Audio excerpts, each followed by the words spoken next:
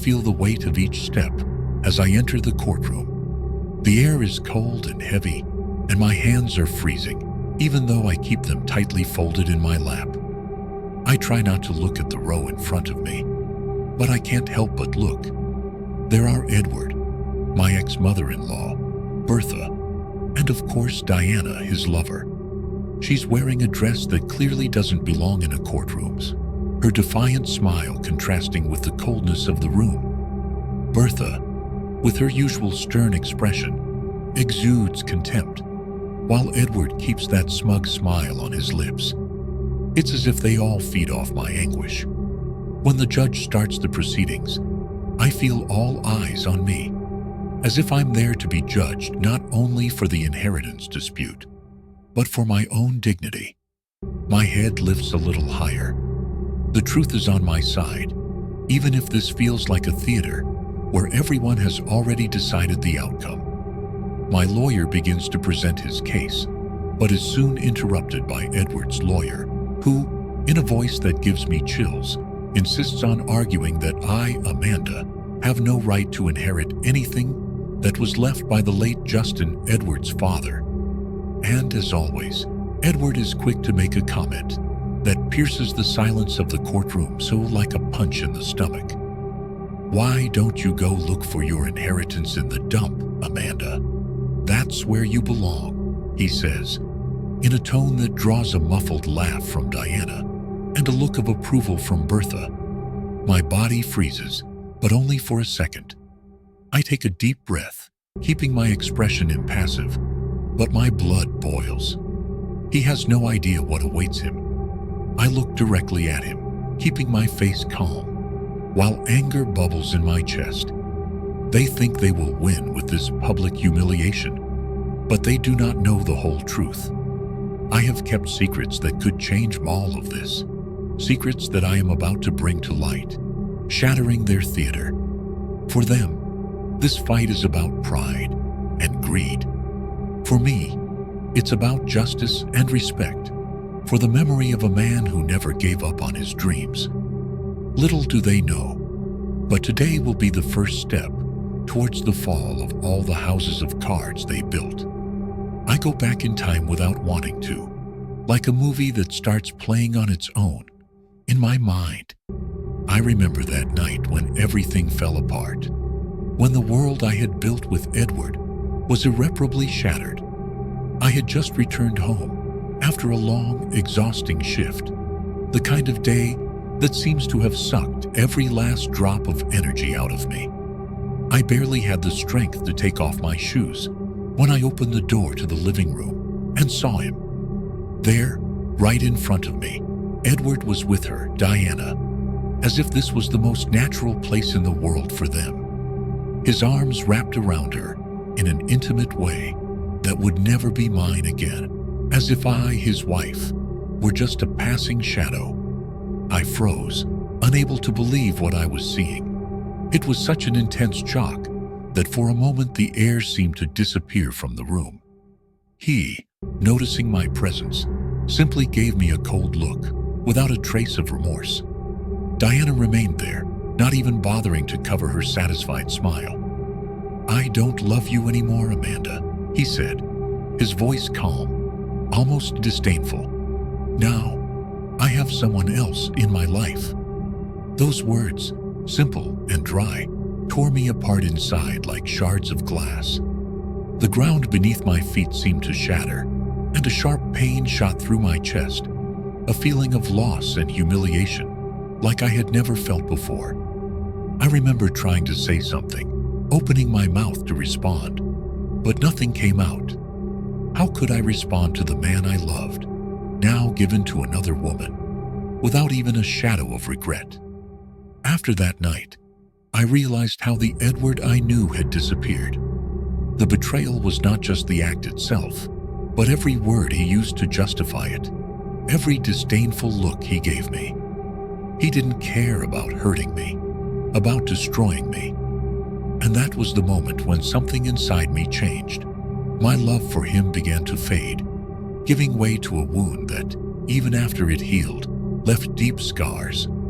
After that, Every time Edward and I met, it was as if he made a point of reminding me of my supposed weakness, of how alone I was now.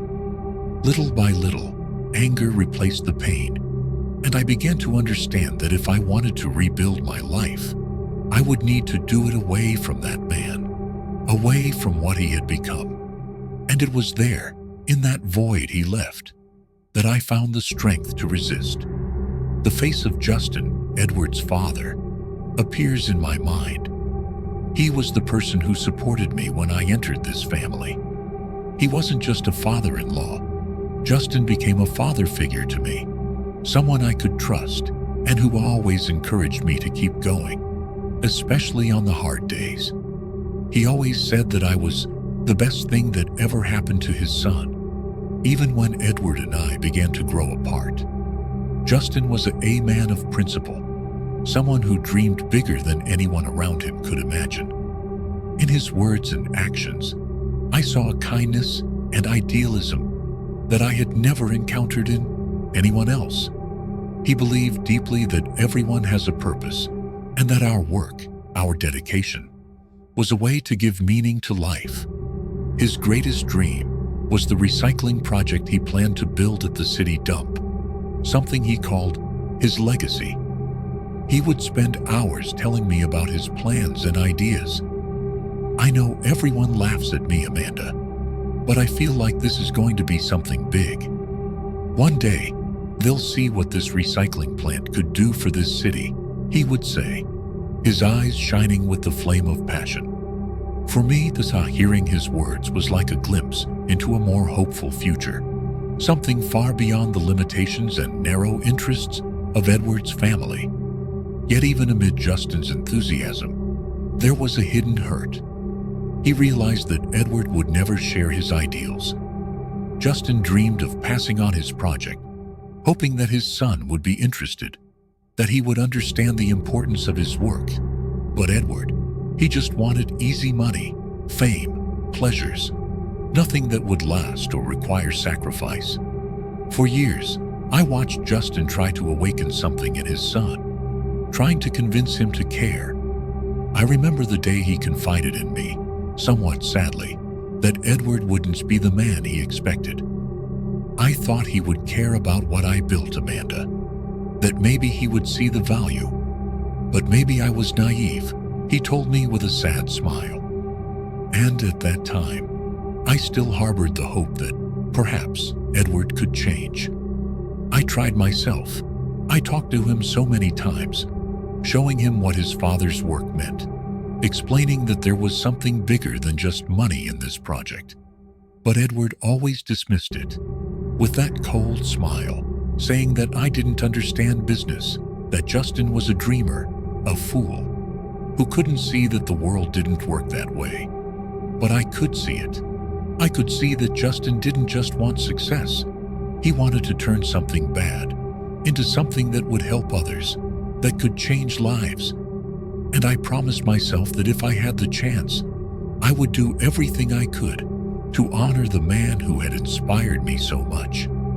Now, remembering all of this, I sit here in the courtroom, feeling the emptiness of Justin's absence. Edward and Bertha scoff, thinking they can just throw it all away. But what they don't know is that I carry Justin's words and his dream with me. They think this fight is just about the money, about what the inheritance can bring me. But for me, it's about more. This is the last promise I made to him. They may think they have the power here, but little do they know that every word Justin said, every idea he entrusted to me, now strengthens me.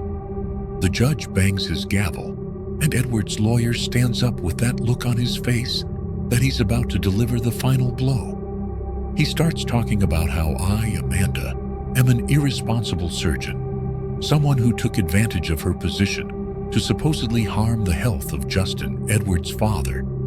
They waste no time. They've spun an absurd narrative that I was negligent, that by operating on Justin, I made his condition worse, all so I could benefit from the inheritance.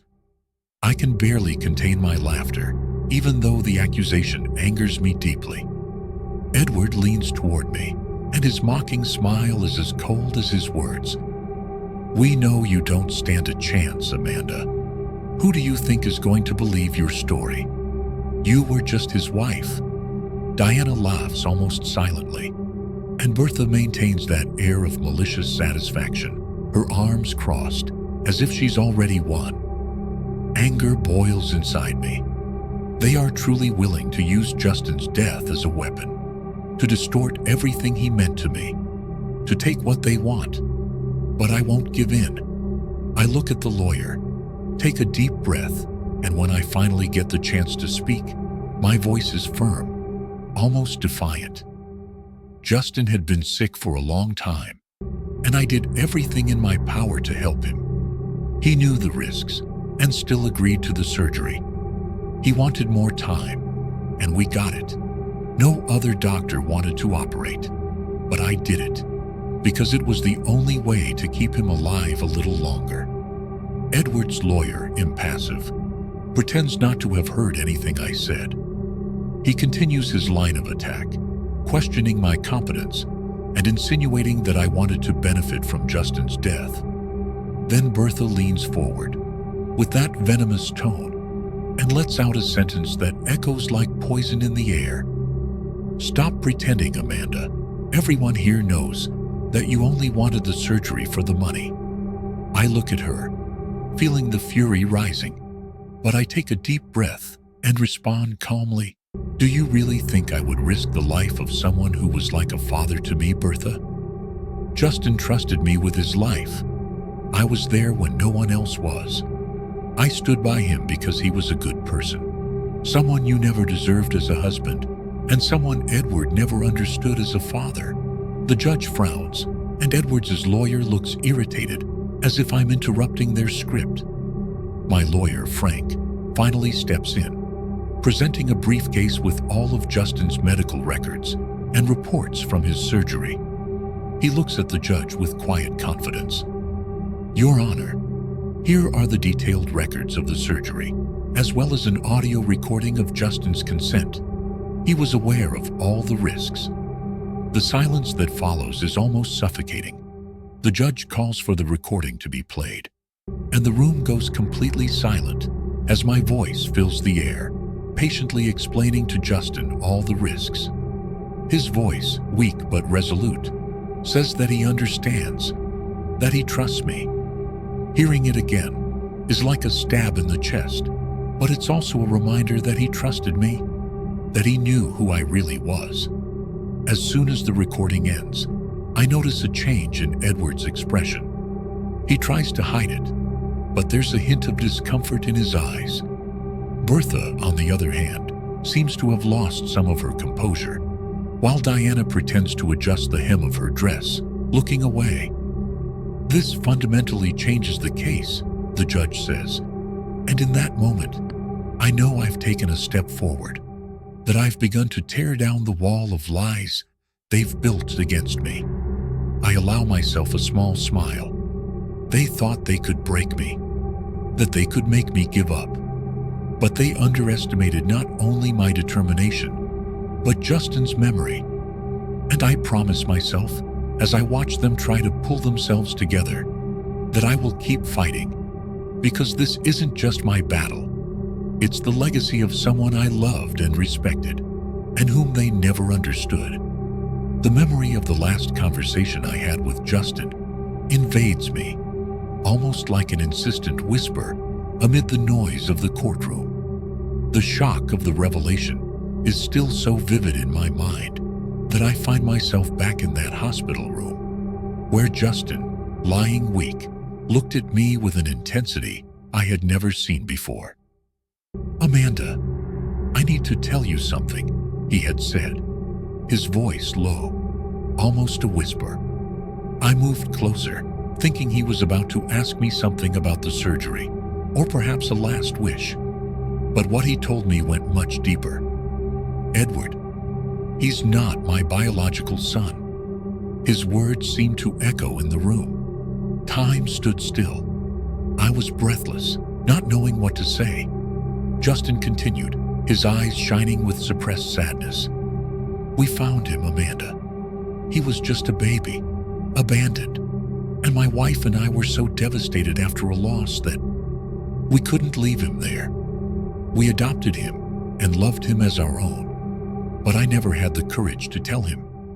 That revelation weighed on me like a rock.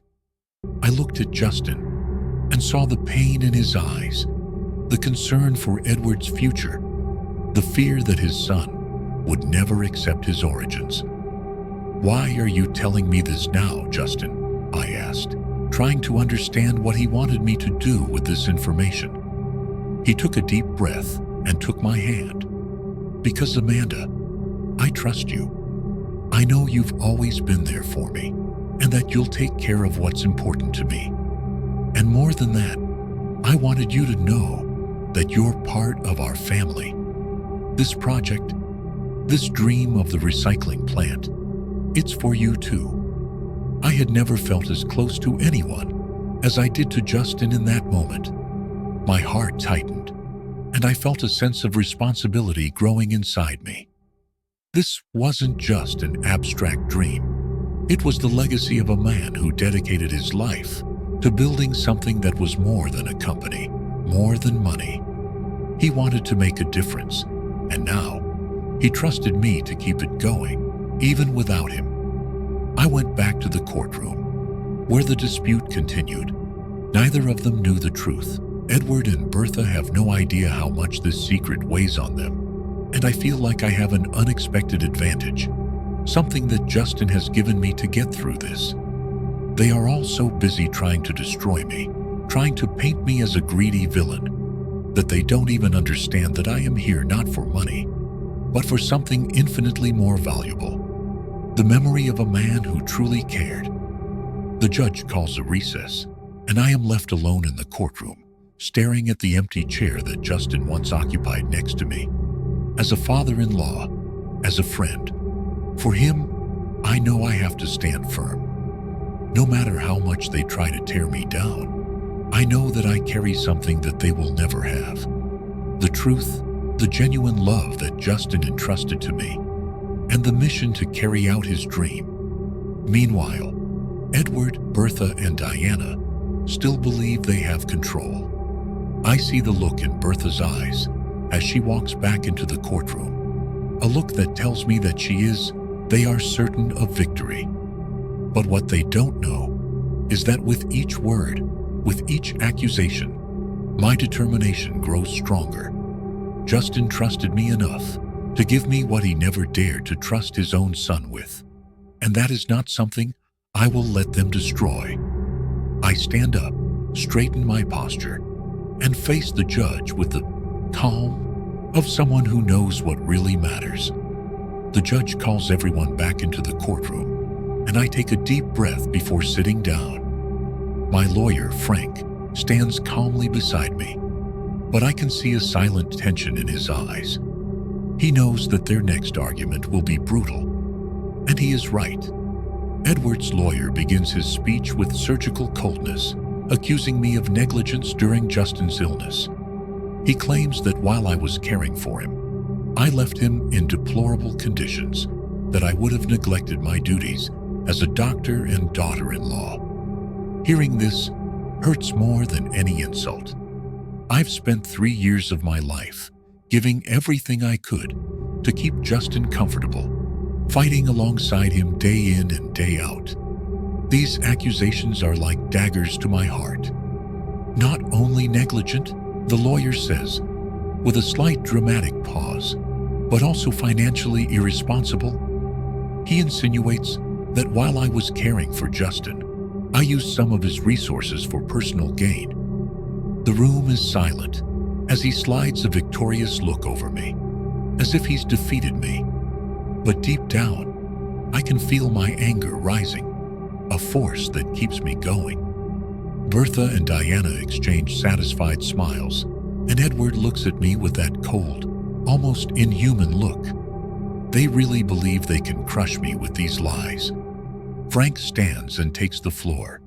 He begins to unravel the accusations one by one. He presents medical reports that prove my efforts, Documentation of every meticulously recorded expense, every purchase and every transaction. The frustration on Edward's face is palpable. They thought I would be caught off guard, but they don't know my determination. Behind every number, every document, there is a piece of me, a testament to how much I fought for Justin. In the middle of Frank's speech, a buzz runs through the room. He asks the judge for permission to call a witness.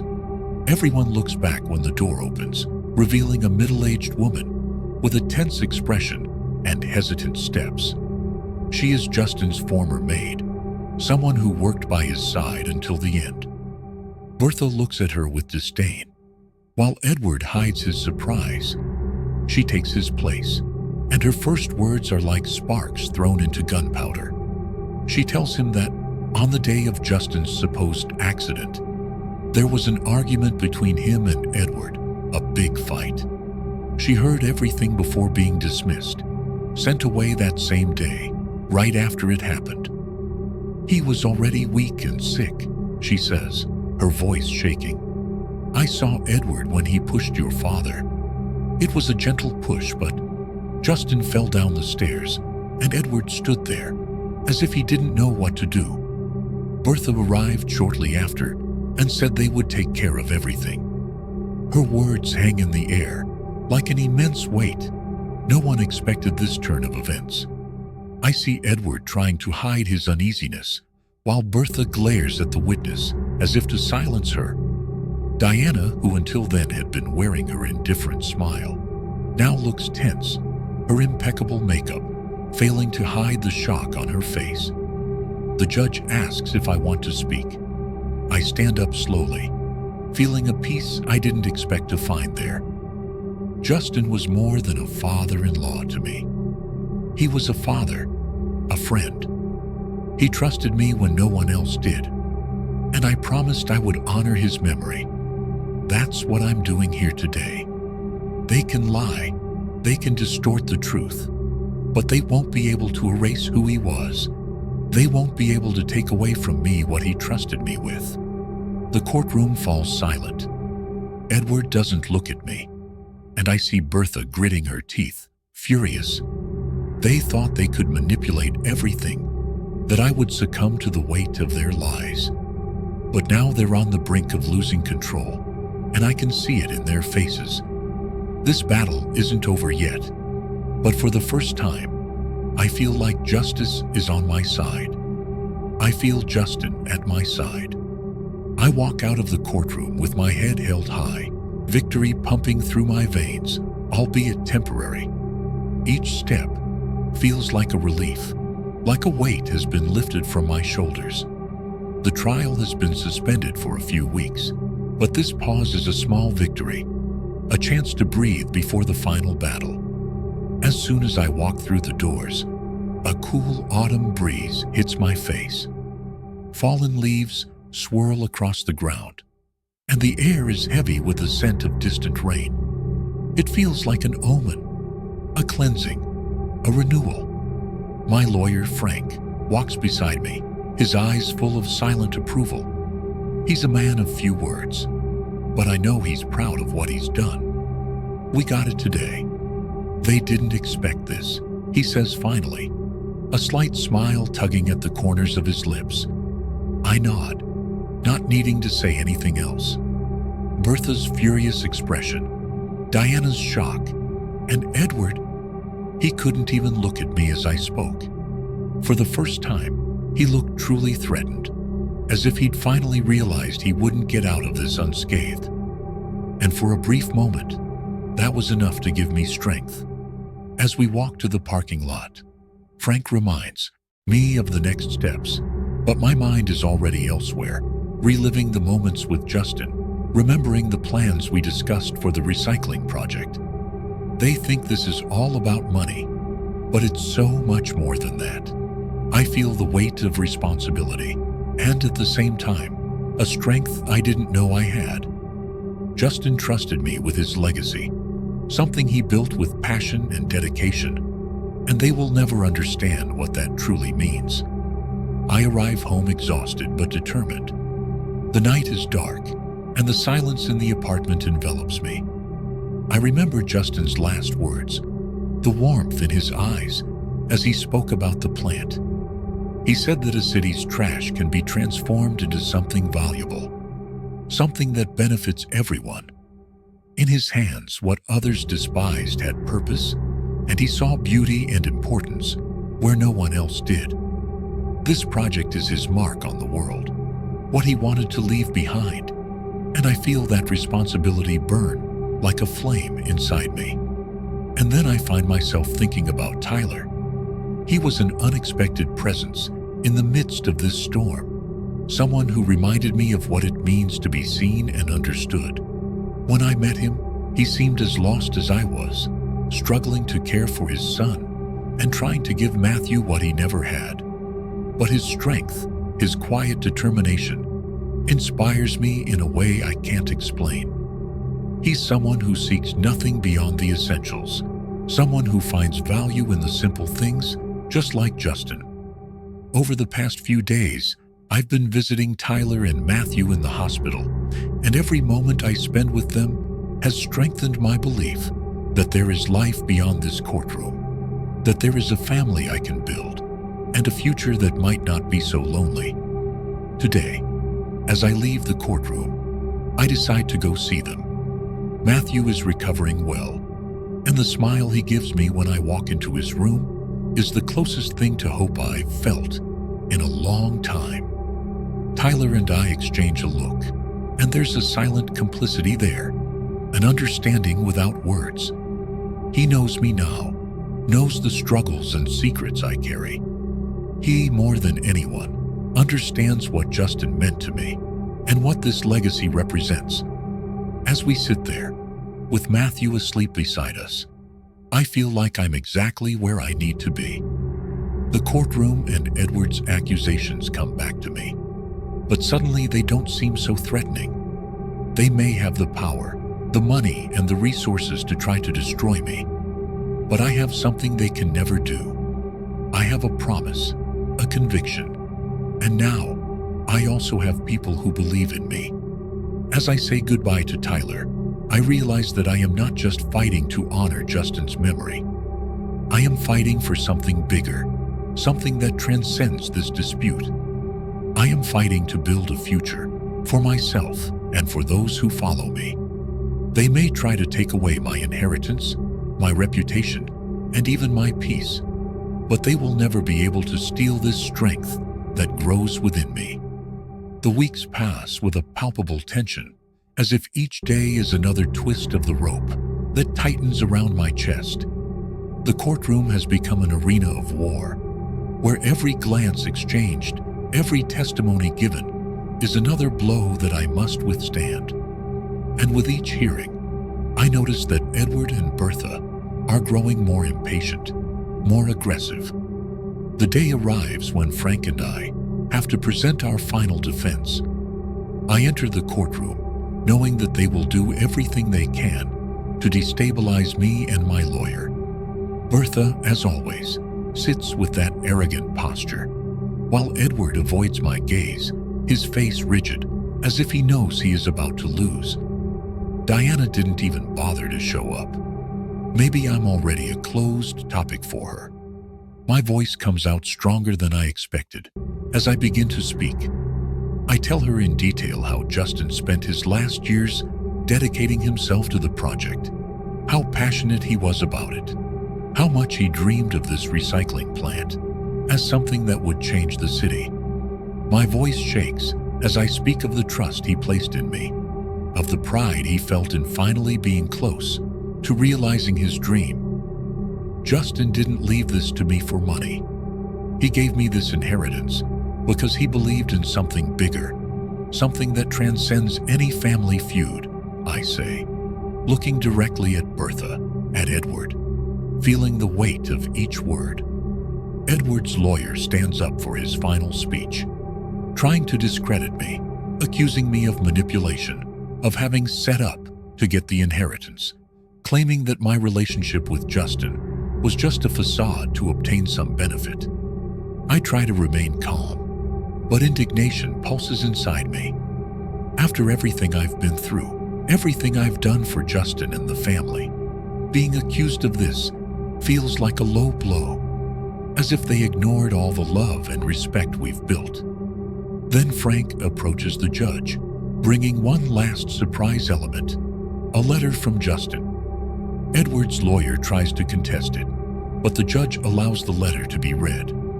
Frank hands the paper into my hands, and I can barely breathe as I open it. It's Justin's handwriting, firm, with broad strokes that reveal his conviction. His words fill the silence of the room, and I read them aloud, feeling the weight and truth of each one of them. Amanda, you've always been to me what I wish Edward was. Someone who cares, someone who sees value where no one else does. I leave you what I have built, with the hope that you will transform it into something that will help this city. I know that in your hands, this dream will be cherished as something precious. Thank you for never giving up on me, and for believing in what I believe in. My hands shake as I finish, and there is an overwhelming silence in the rooms. Bertha is pale, her eyes half closed, as if she wants to burn the letter with just a look. Edward, his face rigid, seems to finally realize that there are no more cards for him to play.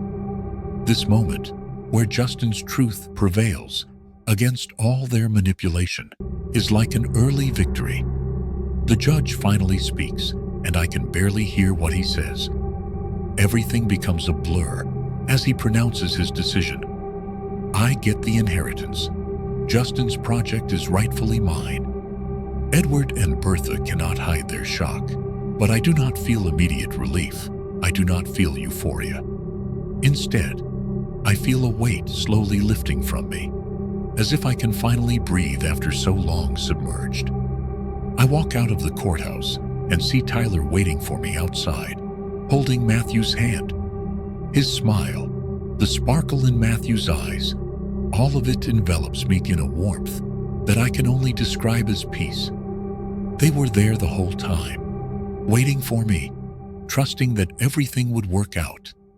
Tyler comes closer, pulls me into a silent hug, and I feel my heart pound against his chest, as if it were breaking free from all the bonds of the past. We did it, I whisper, more to myself than to him. Tyler smiles, and Matthew wraps his arms around my legs, laughing. For the first time, I feel like the victory is complete. Justin's dream is saved, and along with it, I have gained a new purpose, a new family. As we leave the courthouse behind, I feel like I am finally walking toward the future, no longer carrying the shadows of Edward and Bertha, but taking with me only what matters: Justin's legacy, Tyler and Matthew's love, and the certainty that everything worthwhile needs to be protected and preserved with the same determination that I found within myself. A few weeks have passed since the trial, but the feeling of freedom is still fresh, like fresh skin, almost too sensitive. The relief still lingers, but with it comes a greater sense of responsibility than ever. Justin's inheritance is not just money or property. It is a legacy that I carry like a promise. Now it is my turn to make his dream a reality. Each day on the project is a delve into his work, his notes, and the ideas he left me. Tyler is with me every step of the way, always by my side, sleeves rolled up and a determined look in his eyes. He has studied all of Justin's sketches, analyzed every prototype left in the rusty warehouse. His eyes shine with the same passion I saw in Justin, and it gives me an unexpected strength, as if everything is finally in its right place. The first few days are chaotic. The recycling plant feels like a sleeping animal, abandoned and covered in rust, waiting to be awakened. Tyler and I start with the most basic tasks: cleaning, cataloging everything we need to restore and replace. Justin's old prototypes are fascinating, even in their unfinished state. Sometimes I find myself chuckling to myself, remembering how he explained every detail, his eyes shining, and his hands gesturing. With each screw tightened, each piece repaired, I feel like I'm getting closer to Justin, as if he were right there, overseeing it all. I remember his advice, his hopes, how he believed that even the most despicable junk could be turned into something useful. And now, that idea is the heart of the project. One afternoon, as I'm sorting through some of Justin's old papers and blueprints, Tyler approaches, holding a stack of tools. He watches me for a moment, his face serious. "You're making the dream come true." His Amanda. Justin would be so proud. Those words touch me deeply, more than I can express. A lump forms in my throat, and I just nod, unable to speak.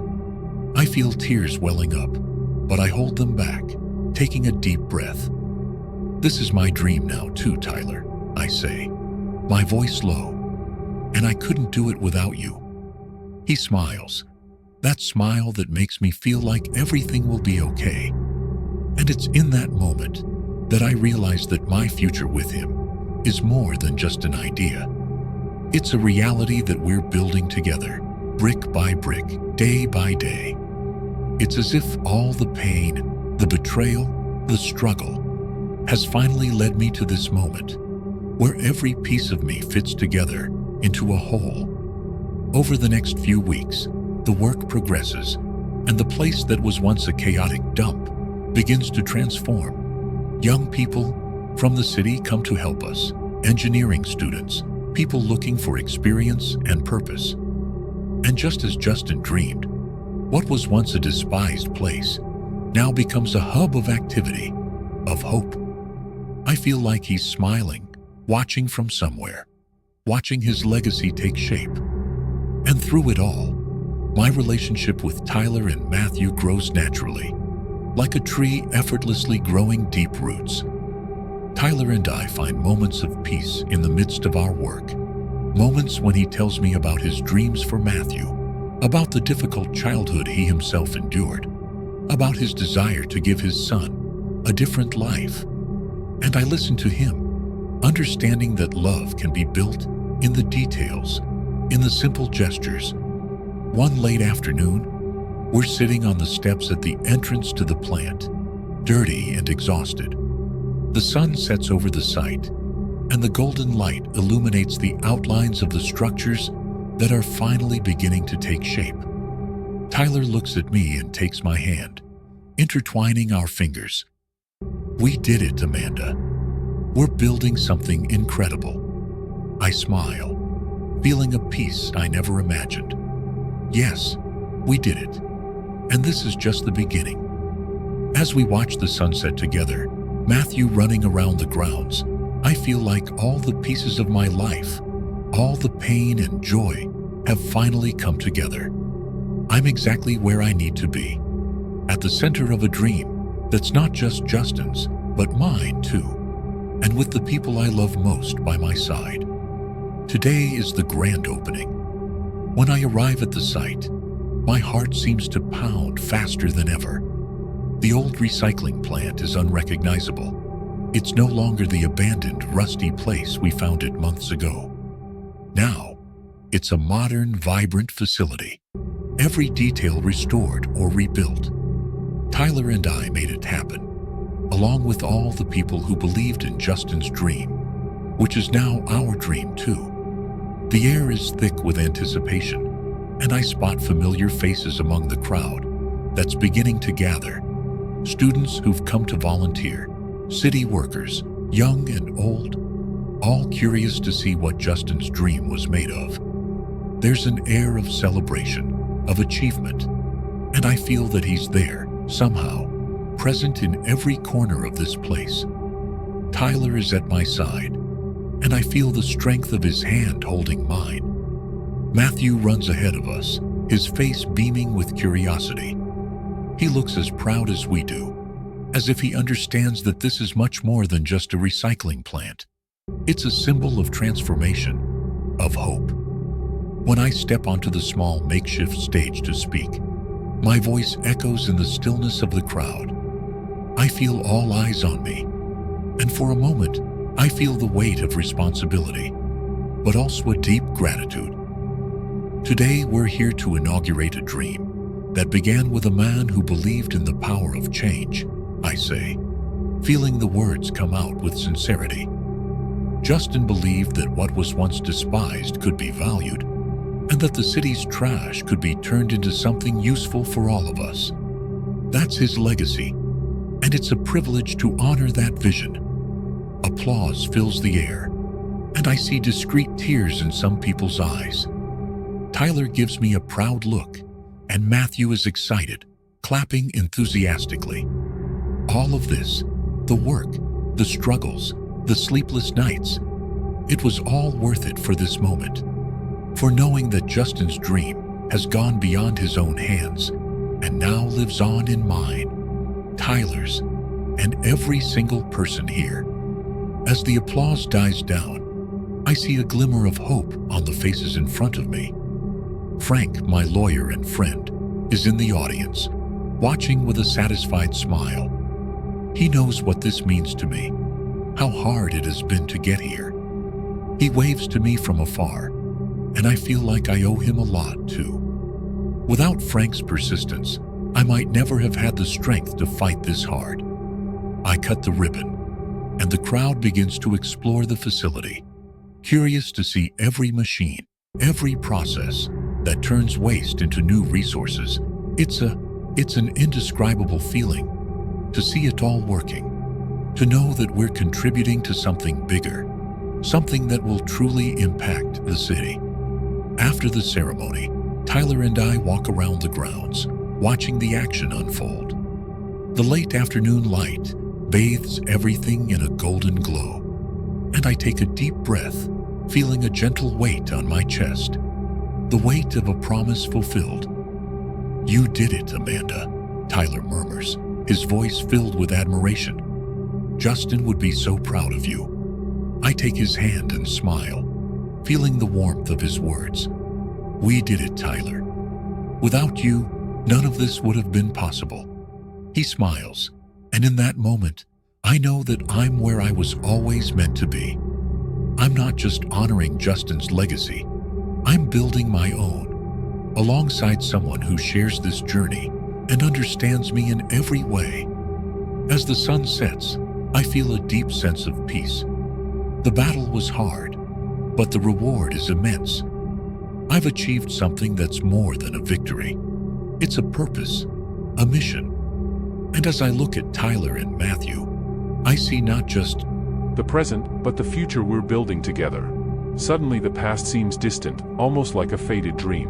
Now all that matters is this moment, the soft light, Tyler's smile, Matthew's laughter as he runs across the plant's patio. Finally, I know I'm home, that I found my own version of happiness. And I feel, deep down, that Justin has found peace, too, that he sees all of this, wherever he is, and smiles proudly, knowing that his dream has become something greater.